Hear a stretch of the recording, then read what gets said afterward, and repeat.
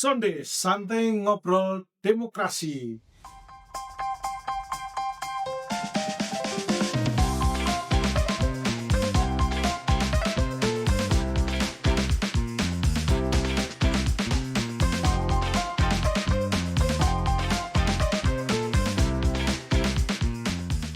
Sonde Santai Ngobrol Demokrasi. Masih bersama saya Mas Adit dalam podcast KPU Kabupaten Belu. Pada episode kali ini kita akan membahas tentang badan ad hoc, mulai dari tata cara pembentukannya, syarat-syarat sampai dengan pengalaman-pengalaman yang dilalui KPU Kabupaten Belu dalam membentuk badan ad hoc untuk penyelenggaraan pemilihan ataupun pemilihan umum. Tetap bersama kita, saksikan sampai selesai Sonde Santai Ngobrol Demokrasi. Baik teman pemilih, hadir bersama saya divisi yang mengampu sumber daya manusia di KPU Kabupaten Belu. Langsung saja kita perkenalkan beliau, Ibu Gisel. Terima kasih sudah bersedia hadir di podcast kita Sonde Santai Ngobrol Demokrasi. Oke, silahkan langsung perkenalkan diri Ibu kita. Terima kasih Pak Adit. Ini saya harus panggil Pak Adit atau saya harus panggil Pak Kasubag ya? Sama-sama satu divisi ini. Saya di KPU BU itu biasa dipanggil Ibu Gisela. Kalau nama lengkap saya Maria Gisela Lumis. Saya mengampu Ketua Divisi Sosialisasi Pendidikan Pemilih, Partisipasi Masyarakat, dan Sumber Daya Manusia. Ini panjang sekali ya. Iya, Nama divisinya. Benar. Termasuk kerjanya juga panjang itu. Kerjanya tidak mengenal tahapan. Kita tahapan boleh berhenti, kerjaan kita nih tetap berjalan seperti itu. Luar biasa. Dari sepanjang tahun ini salah satu divisi yang tidak hanya bekerja ekstra saat tahapan, tapi di luar tahapan seperti ini pun harus bekerja keras karena tugas utama itu memberikan pendidikan pemilih, kemudian mensosialisasikan terkait dengan pentingnya pemilu, pentingnya demokrasi, bahkan harus mensosialisasikan terkait dengan ekstensi KPU, termasuk KPU Kabupaten Belu ini khususnya. Kemudian SDM itu juga SDM dalam kaitan dengan penyelenggaraan pemilihan, pemilu maupun internal di kantor, karena kita juga di sini ada istilahnya pengembangan SDM, karir kepegawaian dan sebagainya, itu termasuk di divisinya beliau. Memang luar biasa, harus strong. Harus strong. Tapi saya yakin kuat karena sebelumnya juga basicnya kalau tidak salah juga penyelenggara pemilu juga ya. Iya, benar sekali Pak Adit. Jadi sebelum saya di KPU, saya adalah anggota Badan Pengawas Pemilihan Umum Kabupaten Belu untuk periode 2018 sampai dengan 2023 kemarin. Luar biasa. Jadi sama juga mengampu SDM juga. Oh iya, memang berarti secara pengalaman tidak perlu diragukan lagi. Hanya bedanya dulu beliau mengawasi kita. Sekarang beliau langsung berkecimpung langsung memang di KPU Kabupaten sebagai divisi Sosdikli, Parmas, dan SDM.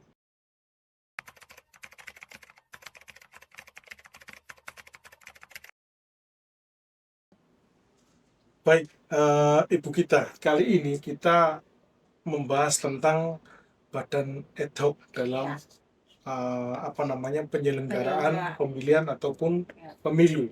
Nah, masyarakat ini banyak yang tanya, sebenarnya badan ad hoc itu apa? Mungkin bisa jelaskan terkait dengan badan ad hoc itu. Baik, Pak Adit. Badan ad hoc sendiri, kalau kita merujuk pada ketentuan di mana PKPU kita sendiri, peraturan KPU nomor 8 tahun 2022, di ketentuan umumnya itu menjelaskan bahwa badan ad hoc itu adalah anggota dan sekretariat dari PPK, Panitia Pemilihan Kecamatan, anggota dan sekretariat Panitia Pemungutan Suara, itu tingkat desa kelurahan, kemudian ada yang namanya KPPS, kelompok penyelenggara pemungutan suara, kemudian ada yang namanya Pantarli, petugas pemutahiran data pemilih, dan kemudian ada yang namanya petugas ketertiban dalam penyelenggaraan pemilihan maupun pemilu. Secara umum bisa kita katakan bahwa Badan Ad Hoc itu adalah lembaga yang dibentuk oleh KPU Kabupaten Kota untuk membantu tugas dari KPU Kabupaten Kota dalam pelaksanaan tahapan penyelenggaraan baik itu pemilu maupun pilkada, seperti itu. Oh, biasa. Berarti memang banyak ya sebenarnya apa namanya yang terlibat dalam pemilu Iya, ini ya. benar. Ada dari kabupaten kita di tingkatan kabupaten itu ada Kabupaten, ya, KPU-nya, kemudian di tingkatan kecamatannya lagi ada benar. PPK tadi, Iya, kemudian tingkat desa atau kelurahan sampai di tingkat tingkat TPS-nya, TPS-nya tempat banyak. pemungutan suara. Ternyata banyak sekali. Jadi buat yang mau bergabung menjadi bahan ad hoc itu kayaknya terbuka kesempatannya Iya, sangat benar. luas sekali sebenarnya ya Oke. kita. Oke, baik. Kalau secara kebutuhan, kira-kira berapa yang dibutuhkan, berapa orang yang dibutuhkan untuk menjadi apa namanya badan ad hoc ini? Iya. Untuk kebutuhan kita ambil contoh nih penyelenggaraan pilkada kemarin. Untuk tingkat kecamatan itu kita butuh PPK-nya tuh 5 orang. 5 orang Jadi satu kecamatan. kita ada 12 kecamatan, berarti ada 60 PPK yang harus dibentuk dan kemudian ada. Kemudian berikut untuk PPS-nya itu di setiap desa kelurahan itu 3 orang. Jadi kita ada 81 kelurahan desa, berarti ada 234 ya. Oh iya, saya bantu kalkulator kayaknya Iya. Kemudian kira-kiranya. untuk di tingkat TPS-nya, untuk KPPS-nya itu Iya. kita butuh 7 orang. Jadi itu dikali saja dengan jumlah TPS kita kemarin untuk pilkada kemarin itu 374. Jadi dikali dengan 7, 2.000-an, 2.000 sekian. 2.618-an. Iya, itu baru petugas KPPS-nya. Belum lagi kita juga ada yang namanya petugas ketertiban. Itu setiap TPS itu ada 2 orang. Berarti Iya. artinya untuk petugas ketertiban ini Iya. bukan hanya dari kepolisian ya? Itu kita untuk proses pembentukan dari petugas ketertiban sendiri kita koordinasi dalam hal ini dengan pemerintah daerah. Itu ada satuannya lagi, unitnya itu yang namanya Satpol PP. Iya. Sehingga kita mendapatkan nama-nama dari mereka untuk ditempatkan. Iya. Kalau istilahnya itu linmas seperti itu. Linmas, ya, iya. itu dijadikan Petugas ketertiban yang punya KPU. Iya, di dalam TPS. Iya, Nanti benar. yang iya berarti nanti untuk yang di dalam TPS khusus Iya. itu ada petugas khusus untuk pengamanan itu yang Iya, benar. dibentuk langsung oleh KPU. Sedangkan di luar nanti mungkin yang dari kepolisian Iya, itu yang di luar TPS. Setelah tadi penjelasan ternyata banyak sekali kebutuhannya itu, bahkan sampai Iya. ribuan ya, setiap kecamatan ada, sampai turun dengan apa namanya di TPS. Iya, di TPS. Sehingga memang untuk proses pembentukan itu kita membutuhkan yang namanya SDM itu sangat banyak untuk membantu kita. Itu enggak pusing Pusing, untuk tapi mengumpulkan orang sebanyak itu. mengumpulkan orang dengan berbagai karakternya, sifatnya, pengetahuannya itu memang sangat pusing. Tetapi prinsip kita kemarin itu kita punya tim yang luar biasa, yang kemudian semua proses itu boleh berjalan dengan lancar, aman, dan saya rasa untuk khusus untuk pemilihan kepala daerah, bupati dan wakil bupati Belu kemarin, secara teknis kita tidak mengalami kesulitan khusus untuk yang pilkada kemarin, karena mungkin tadi kita punya tim yang luar biasa di dalam KPU. Biasa, tepuk tangan teman-teman. Dan kemarin apa namanya untuk apa pembentukan kita juga kan enggak telat ya, tepat waktu semuanya. Iya. Jumlahnya juga sesuai dengan kebutuhan misalnya. Iya, jadi kita kemarin itu kita tidak melakukan lagi perpanjangan untuk perpanjangan pendaftaran, karena di masa untuk pendaftaran itu sudah terpenuhi jumlah 2 kali kebutuhan jumlah pelamar kita. Jadi kita tidak terkendala sebenarnya dengan SDM yang akan mendaftar ke kita. Oke. Untuk persyaratan menjadi anggota Badan ad hoc itu yang pertama adalah warga negara Indonesia. Ini dibuktikan dengan KTP. Kemudian berusia itu paling rendah 17 tahun dan paling tinggi itu 55 tahun. Kemudian ada surat pernyataan yang harus diisi oleh para pendaftar. Di antaranya berupa setia kepada Pancasila dan Undang-Undang Dasar 1945, kemudian surat pernyataan berintegritas, kemudian surat keterangan sehat jasmani dan rohani, dan surat keterangan bebas narkoba. Ini pun harus disertakan oleh para pendaftar.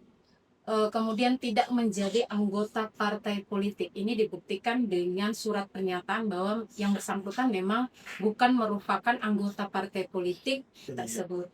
Kemudian paling penting juga adalah ijazah terakhir, entah itu SMA atau pendidikan terakhir sarjana atau akademi, itu disertakan juga, fotokopinya saja. Itu Pak Adit beberapa Oke, ada persyaratan beberapa persyaratan yang Iya, harus yang dipenuhi. mutlak harus Baik, tadi yang dari beberapa persyaratan tadi ada yang salah satunya itu agak mengganjal di saya, usia paling tinggi 55 tahun. Itu sedangkan orang pensiun saja biasanya ada, bukan biasanya, diatur untuk pensiun ASN itu 58 tahun. Untuk yang ASN tertentu bisa sampai 60, bahkan untuk profesor itu kalau tidak salah sampai 70 tahun kalau tidak salah. Sedangkan ini untuk menjadi seorang badan ad hoc dibatasi usia tertinggi itu 55 tahun. Itu alasannya kira-kira apa, Ibu Gisel? Ya, kenapa kemudian ada pembatasan umur paling tinggi 55 tahun? Kita berkaca dari pengalaman pemilu 2019, mungkin karena beban pekerjaan yang begitu tinggi, kemudian waktu yang dibutuhkan itu juga sangat banyak, kemudian mental maupun kesehatan dari badan ad hoc sendiri itu menjadi bagian penting untuk kemudian bagaimana nanti dia dapat melaksanakan tugas di TPS, sehingga memang usia itu menjadi penentu. Kalau kita merujuk ketentuan hanya 55 tahun.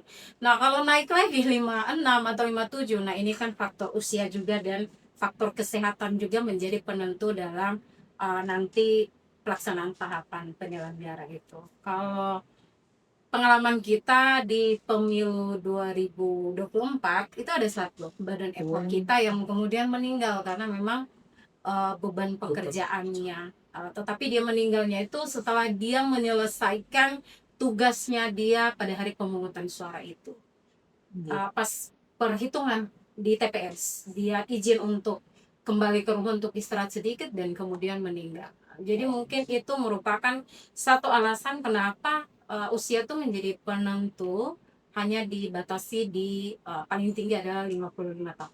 Berarti memang menjadi badan ad hoc itu juga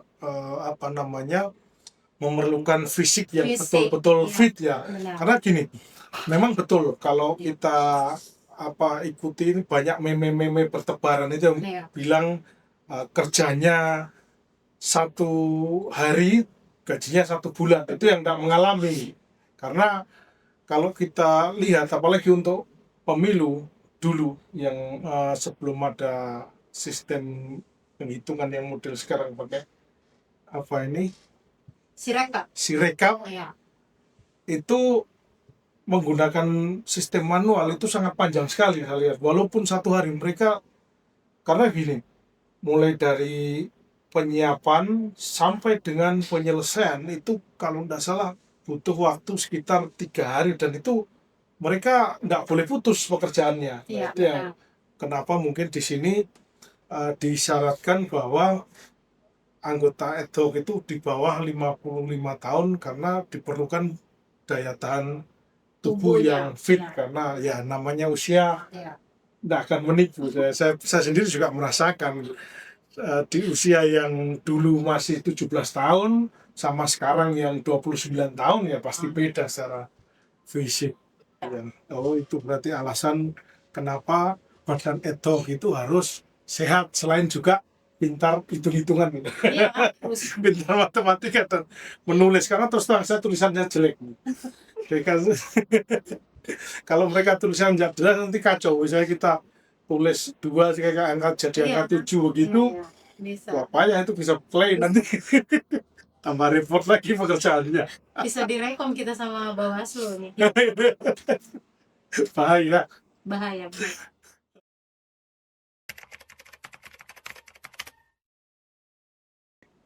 Lanjut ke ini bukan pertanyaan tapi saya mohon izin untuk Bu Divisi, Bu Gisel bisa menceritakan pengalaman-pengalaman menarik, unik ataupun ya pokoknya pengalaman pada saat membentuk badan ad hoc.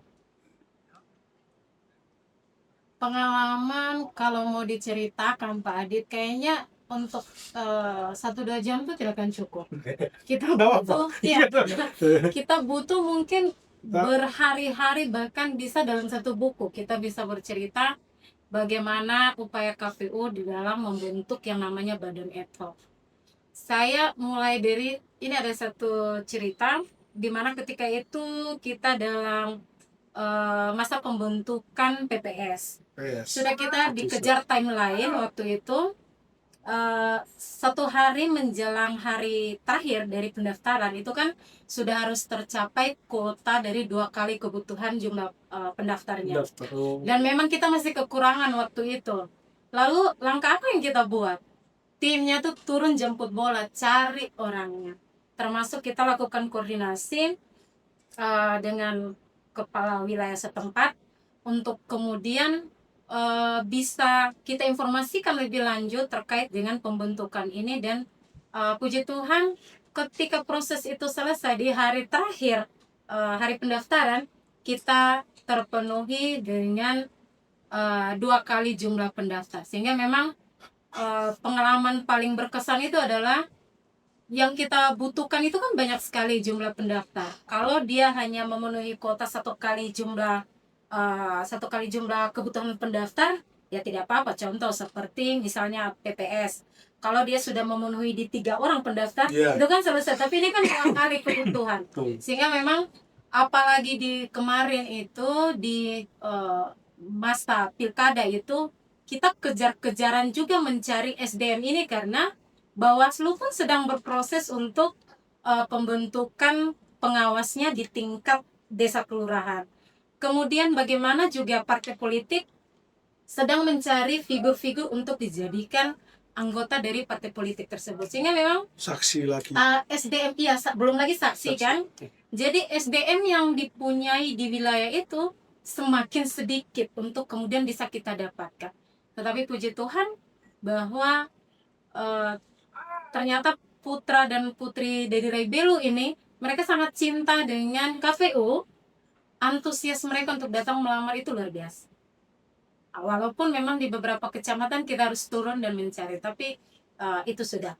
Kemudian ketika 4 hari menjelang hari pemungutan, ini yang paling berkesan dan saya tidak akan pernah lupakan.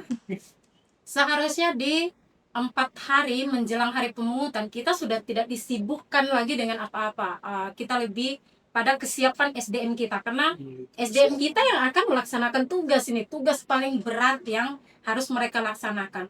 Dan ternyata lagi-lagi kita dihadapkan bahwa SDM ini mengundurkan diri di 4 hari menjelang hari pemungutan. Bahasanya injury time itu mundur itu. Iya, dia mundur bukan karena apa tapi karena sakit.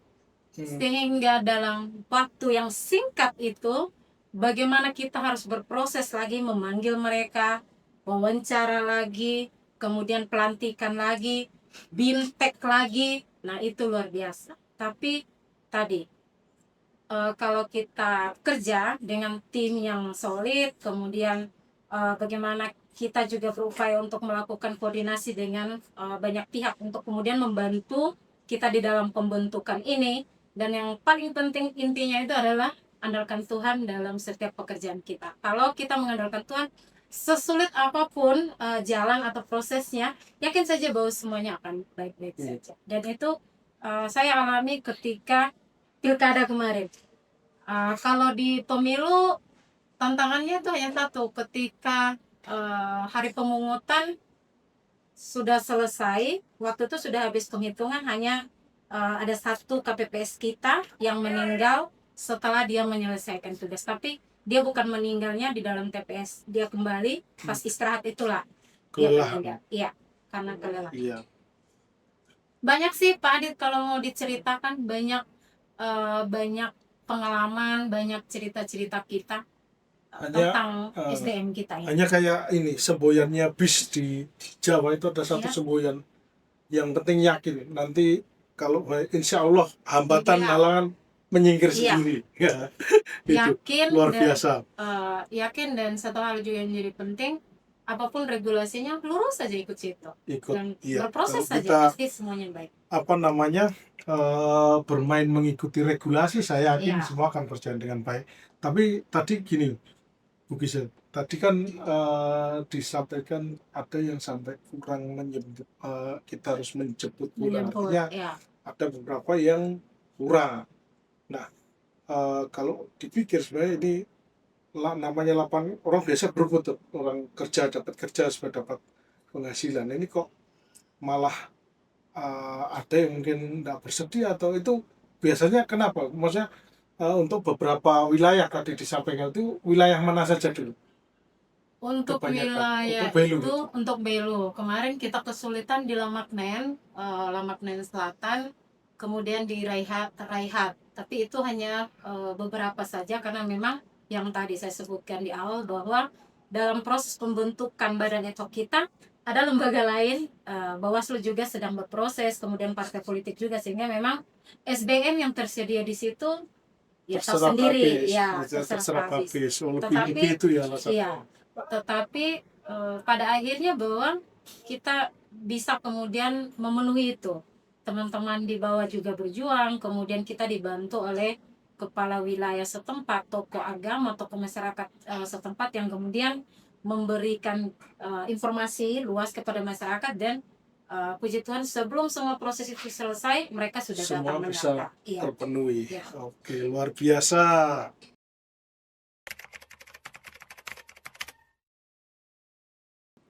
Baik, selanjutnya sudah lumayan ini tadi ngobrol, tadi sudah berapa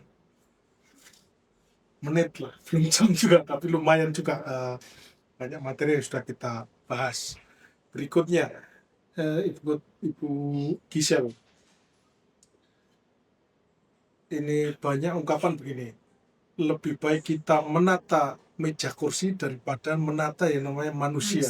Itu susahnya minta ampun, karena manusia dengan berbagai pemikirannya masing-masing, ada yang kita mau sebenarnya arahkan begini malah belok ke kanan, ada kita arahkan lurus malah belok ke kiri. Nah,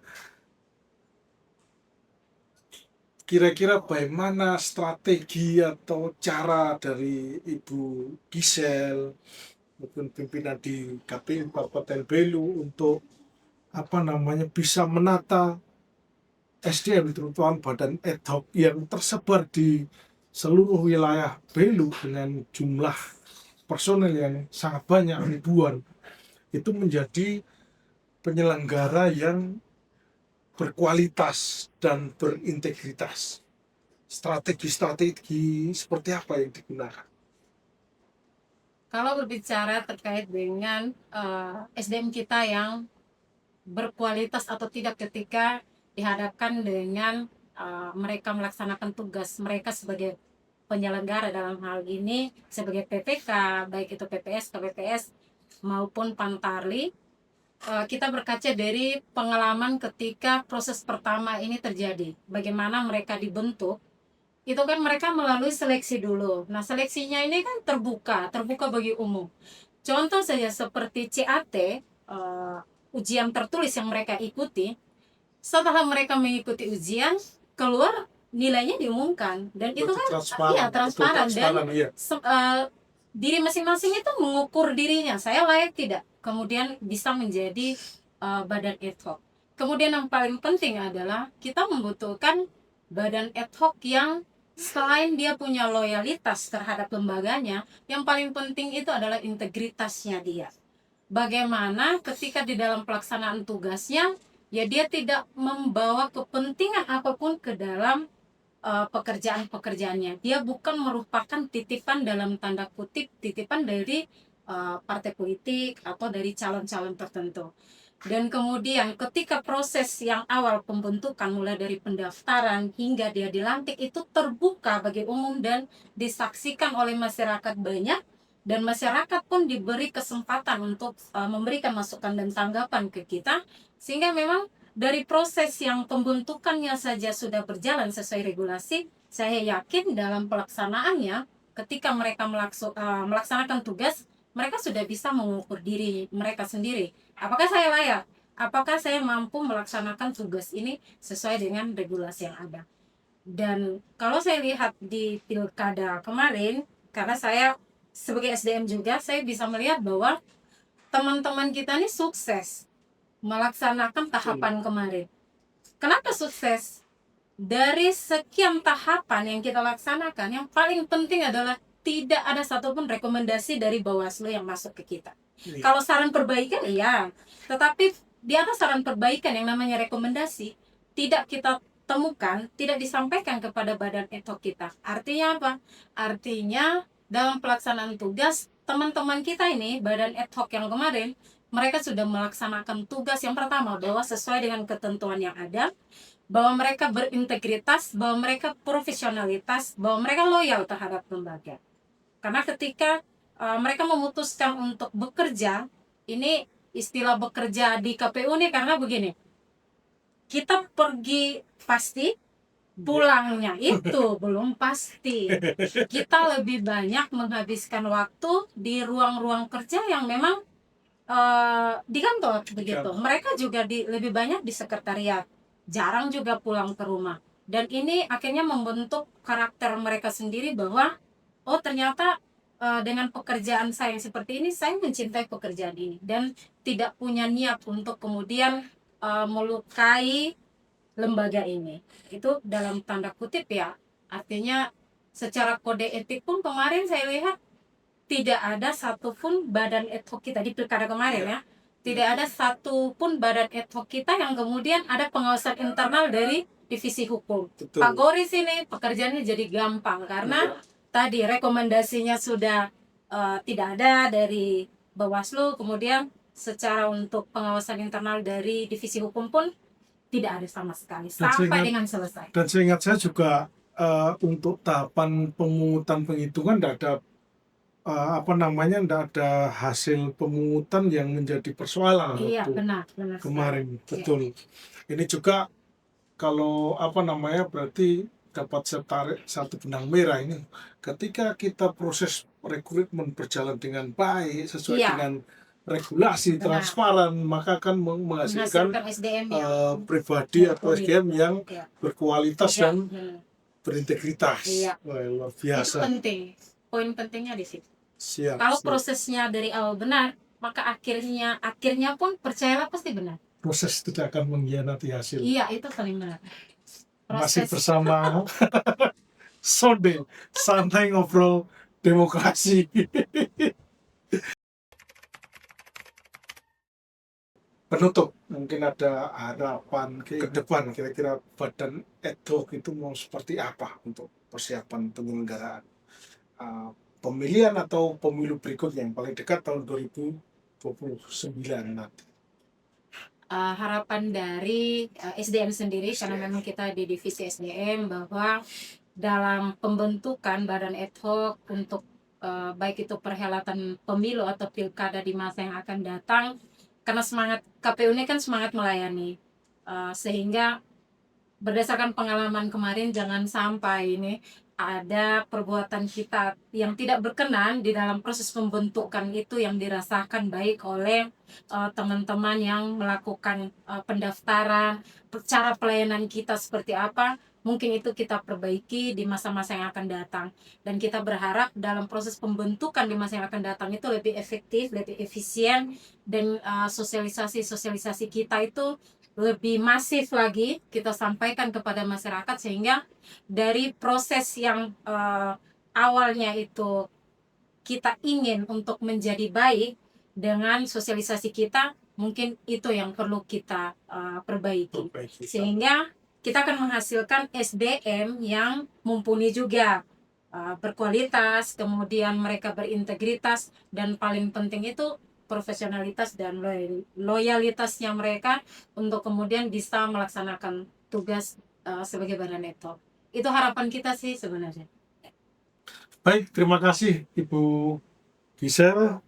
Tadi kita sudah bahas semuanya, dan terakhir harapan divisi Sosdiklik Parmas dan SDM sumber daya manusia terkait dengan SDM yang akan kita bentuk nanti pada setiap penyelenggaraan pemilihan ataupun pemilu ke depan. Ya. Oke, kita hari ini sudah cukup. Nanti saya sampaikan juga ke teman pemilih, kalau misalnya ingin meminta kita membahas apa nanti untuk podcast Sonde ini, bisa menuliskan di kolom komentar. Oke, sekian. Terima kasih. Tetap nantikan Sonde Santai Ngobrol Demokrasi bersama kita di KPU Kabupaten Belu.